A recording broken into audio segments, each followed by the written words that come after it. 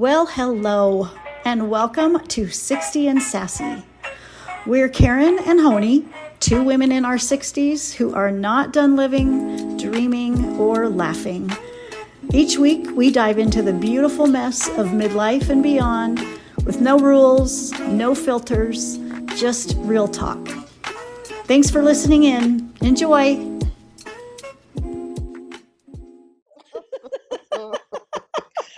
Oh my gosh. Well, people, welcome back to 60 and Sassy. Although we always make each other laugh, today's topic is actually a little bit more a tough one. And possibly many of you relate to it. It's about reinventing yourself after 50. Yes. Ugh. So, as for my story, for most of my life, I've actually worked in the international nonprofit world. And that wasn't just a job for me, but it was a sense of purpose.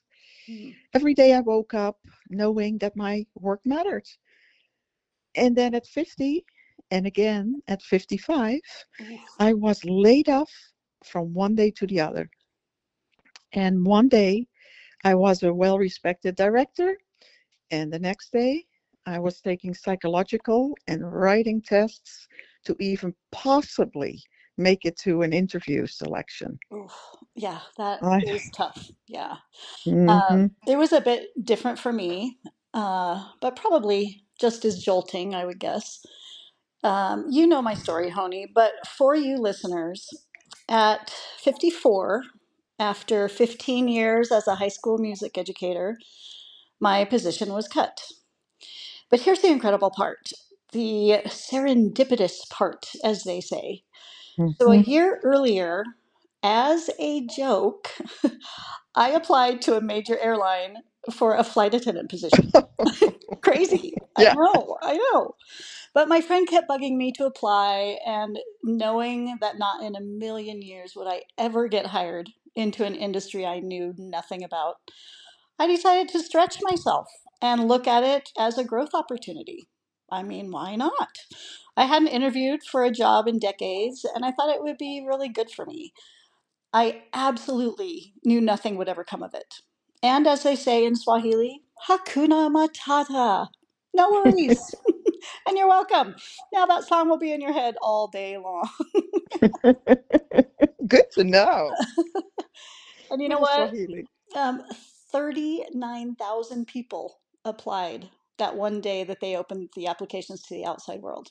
Insane. 39,000 people. So, with those numbers, I knew for sure that I wouldn't get a response. And it got my friend off my back. So, everyone was a winner. I moved on and I basically forgot about it. But then, almost a full year after applying, they called me for a phone interview. And then they flew me out to their headquarters for an in person interview. And I did both, still in that spirit of growth and adventure that I was trying to do, but fully knowing at the time that I would never get hired, of course. Why would they hire me? Well, this is the crazy part. Literally, the day after I lost my job at the high school, over a year later from when I applied, I was offered the job with the airlines. Yeah. So there is no handbook for that. That is just sheer terror. Gosh, it's true. I remember that story, and it's always a great one to hear it back. Oh, No handbook for any of these life changes, indeed. But hey, maybe we should write one. That's ooh, actually a good idea I like because that. we have seen a lot of this stuff. We have. I like that. Our own handbook. It would be maybe Mm-hmm. something like step one, cry, Mm-hmm. which I did a lot of. Step two, cry some more. Step three, put on your big girl panties, look to the future, and get a really good haircut and color. That's actually the best advice, truly. And by the way, do you know that that happened to me? The first time that I was laid off, I just met with this very well connected lady downtown, and she said, looked at me, and I had just gone au naturel, Right. and she said, "You got to start dyeing your hair again, otherwise Oh. you'll never be hired." And I was like, "You've Got to be joking. So, but hey, what are you going to do? Back to the hairdresser again. That is so sad. That's terrible. Mm-hmm. But yet, I guess so real. Yep. Who knew reinvention came in medium ash blonde? I do now. Well, for me, the whiplash was going from the important work that I felt I had of shaping young lives to now learning about things like emergency equipment and evacuations, CPR, safety protocols, airline acronyms and codes, bomb threats, handling poor passenger behavior, and even self defense moves. Mm, I loved teaching, and I feel like I was making a difference in those young lives, but I don't know. I did. I found deep value in it. I feel like education kind of has always been considered a noble profession. But then suddenly, I was in a job where making a difference mostly meant a smile and a quick hello in a passenger's busy day. At the time, which has since changed for me, it just didn't seem as important as what I was leaving behind, I guess. mm-hmm. Yep. And that's the real kicker when your career is tied to your identity, which it was in your case Yeah. as well. And so you lose your job, you lose your a piece of yourself, and suddenly you're asking, if I am not in that role anymore, then what am I supposed to do? Yeah, exactly. It's a huge, enormous identity shift. I loved my students and our performing arts families, as you know. But then it was just one short meeting with my principal, and it was gone, just like for you, Mm-hmm. just like that. 15 years in the classroom. And that's a profound loss that probably needed to be grieved. But I didn't have time to do that with this new job starting just a few days later. So it actually really complicated things for me, I think. Yeah. Oh, I'm sure it did. Because, I mean, whether reinvention is your choice or it's forced on you, I mean, the loss is real and can be very confusing. That's I true. mean, let's face it. And let's also not sugarcoat it. I mean, at 25, losing a paycheck is scary. But at 55, it's downright terrifying. Yeah. At least that was my experience. And retirement, healthcare, financial stability. I mean, it's all hanging in the balance at that point. And Right. you have in the back of your mind, I'm not 35 anymore. And so, probably like many others, because of having no income from one day to the other, caused me to have to make some major life changes. Yeah, I remember all that for you. And that was, yeah, it Hmm. was scary. It was a very scary time. Yep. And I think there are also additional practical challenges too. For me, it was that intense training I had to go through, having this crazy schedule that really affected my circadian sleep rhythm. I was back to proving myself all over again. So I felt like I went from experienced educator to bottom of the ladder flight attendant. Hmm. Basically, I think I had less clout than the airplane lavatory. We have some words for that. Yeah. But my seniority was practically negative numbers in an industry where seniority is everything. And so my self esteem, I think, nosedived right along with me. I mean, I honestly had thought that I was going to retire in education. I Hmm. imagined former students dropping by my office and a choir's harmony echoing down the hall behind me. But instead, I got 2 days really to say goodbye to my old life and start a brand new one. It was a lot, and there were a lot of tears along the way, as you know. Hmm. Yeah, there always are. Huh. And yeah, I'm just, listening to you, that makes me think. Let's just add that whisper of age discrimination. Yes, for Because sure. yeah, I think many people relate to that. Sometimes subtle, sometimes not so subtle. But I guess, I mean, it's a cycle of life. Let's Yeah, face it. At 55, you aren't 35. And yet, some managers do appreciate experience and they can see that as 50 plusers, we're not just there, but we're actually, quote, seasoned. that's true. And yeah, I know. Isn't that the truth? And when I say seasoned, I mean, it sounds like a steak, but of course, I mean, we are like fine wine. I mean, French, of course. Yeah. Yes, we're much Jeez. more like I fine know, wine like a than a steak steak. Yes, yes, seasoned. yes. Yeah. But the grief Lovely. is real, as with any Mm-hmm. loss, that we all experience. And I think we first have to allow ourselves to feel the full weight of that for a while, and then we can start to move forward again. For me, I kind of went around the whole grieving part and quickly moved ahead, which honestly was not healthy for me. Mm-hmm. I think you and I, we lost the rhythm of our work and the comfort of that routine. We lost belonging and the friendships that we developed.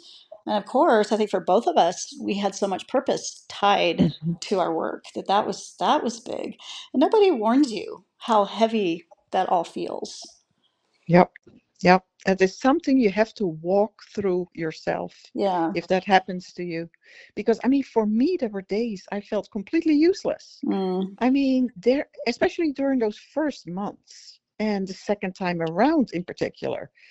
I mean, at some point, people, tell you, you need to talk to so and so, you need to network. It's like, yeah, who are you going to talk to and who are you going to network with after week 3 and what job to apply to? right. And then, I mean, mid-year, because this took at least a year. And so mid-year, I was like, you know what, screw this. And I decided to travel through Asia for 9 weeks. Oh my I gosh, mean, I forgot I you did know, that. remember that? It's Yes. like, now is the time. But what else are you going to do? I just needed a break. Wow. You could have Seriously, that's, applied to be a flight attendant. You could have done that. I should have. You could have No. pushed me up the aisle.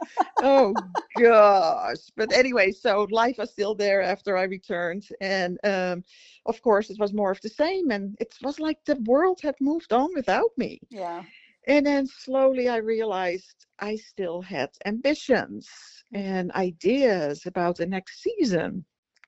And with gifts that didn't depend on, per se, a job title. yeah. So for me, I had to reinvent myself in such a way that I needed to reconnect with some more creative strengths that I have. Hmm. And organizing was always one of them, but that comes into play with any type of endeavor in life. So, organizing, designing, and creating a platform for people to reflect on their own life story, that was where my passion had gone over the last few years before I was laid off. And that's then where my reinvention also began. I love that. Yeah. Mhm. And like I said, becoming a flight attendant, it wasn't just a job or a career change. For me, it was this full on lifestyle Mhm. overhaul. I had to reframe everything I knew. And so for me, as crazy as the story was and how it all unfolded, I truly believe that it was God's perfect timing and that it was meant to happen the way that it did. So for me, that's what really helped. I found hope and comfort in that belief, and that definitely made reinvention for me a lot easier. Yeah, that's awesome. Yeah, I really believe that too. yeah. I mean, of course, I kept asking myself, how am I going to completely change careers? But I also tried to be wise, like you, Honey, and ask Mhm. as well, what story is it that I need to write next? And then I guess it was that I grabbed some Zofran for my nausea and a bucket just in case. Good girl. Very smart, very pragmatic. Classic reinvention move. I mean, just to summarize it, puke first, persevere for as long as needed, and you can soar later. Oh my gosh, that's Oh perfect. gosh. And I mean, let's face it, we have a few more wrinkles, but oh, do we got us some wisdom and grit to go with those? Yes, we Uh-huh. do. And maybe more than a few wrinkles, Honey, in Hey, my case anyway. Not you, me. But don't forget, ooh, we also have the superpower of Spanx. of course. Well, that goes without saying. I mean, seriously, people. Honestly, I think whoever invented those had to have a PhD in engineering because I still can't figure out how to get in and out of those things. You know what? It's a good topic for a next one, for a Okay. next podcast. We will That's, invite some guests. anyway, we do know that there are all different kinds of reinvention. For us, it's been primarily career related, but for you listeners, maybe it's been the loss of a spouse or a child, maybe an unwanted diagnosis of some kind, uh, bankruptcy, maybe a separation or a divorce. Whatever it is in your journey, though, we want to remind you today that you are not alone. We all Hmm. know that life throws us some huge curveballs for sure. But you know what? Reinvention isn't just possible, it can open up doors that you never imagined. I mean, I'm 7 years in now, and I have learned a whole new language of aviation. I've made incredible friends and I've met unforgettable passengers, and I'm actually proud of myself for that. Yeah. Yep. Yep. We can be proud of ourselves, Karen, for Yeah, daring to reinvent. And I'm proud of you as you are of me, yes, also for surviving the process. for sure. Yes, I know it hasn't been easy, let's face yes, it. yes, that's very true. Oh, and I also discovered the true importance of wearing your seatbelt when that seatbelt sign is on. And as I sometimes say in my onboard announcements, wear that seatbelt correctly, folks. Tight and low across your hips, just like my great aunt wears her bra. Oh, and I believe it. You actually say that? Yes, trust me, Oh, that visual has you. gotten more people to buckle up than any FAA regulation ever has. Hey, I won't forget it. I think it makes a lot of sense. Oh gosh, listeners, this is my friend. Can you believe it?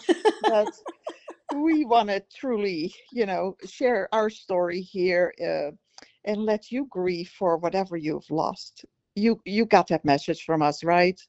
That whenever you're ready, you ought to give yourself permission to grow into something new, Yeah, because you can't stay stuck where you are. But there's always an opportunity to reinvent yourself as we did. May look different for you, right. but sometimes the phase in life you didn't plan becomes the interesting part that you were actually meant for. Oh, I love that. That is so true. Yeah. Again, honey, so wise. Oh, Mm-hmm. Mm-hmm. I'm getting another tissue. Wow. You should. Okay, as I wipe my tears away, for today's short quote, we're moving ahead to the poet Mary Oliver. And she said this. I love this quote. Tell me, what is it you plan to do with your one wild and precious life? I think that's so good. Mm-hmm. Parts of our lives we can plan, of course, but other parts we just can't. Life just happens. It happens to all of us. But either way, our lives are certainly wild and precious. That's so good. I love those adjectives. Yep. And yeah, I think Mary Oliver is great to begin with. So today we want to add these two questions so you Ooh, can two think questions this. for today, not just one. Ooh, We're getting so profound, Karen. I It's know. like we're getting deep, deep and scary. Oh gosh. In all seriousness, listeners, have you ever lost or left a role or career that gave you purpose? Probably most of you can think about something in your own life. So, how then did you rebuild your identity from there? And then, if you had to reinvent yourself today, what path would you be curious to try? Because let's think about it. We may have some people in the audience that, yeah, they think about reinvention, but they feel more like they have been stuck for 30 years Yeah, and they would love to reinvent themselves, but they don't necessarily need to, but they would really like to, but they don't know how to. So it is all scary. If this is happening to you, you choose it, or whatever your story is, do let us know, because we would love to think with you what that looks like. yeah, yeah. We love hearing from you all. We love getting your honest responses. Remember that life after 50 It isn't the end of the story. It's the plot twists, right? And those are Hmm. always the best parts. So, whatever your reinvention looks like, remember to be kind to yourself. Grieve a loss if that is needed. Definitely laugh when you can. And then take that next step toward the wonderful things awaiting you in the future. Absolutely. Wise words from Karen. I'm telling you. But let's face it, ladies and gentlemen, I think gentlemen too, Yeah. we are not at this stage just seasoned. By now, we're marinated. Mm. Until next time, friends. Bye for now. I've got to go find somebody to help me get into those Spanx.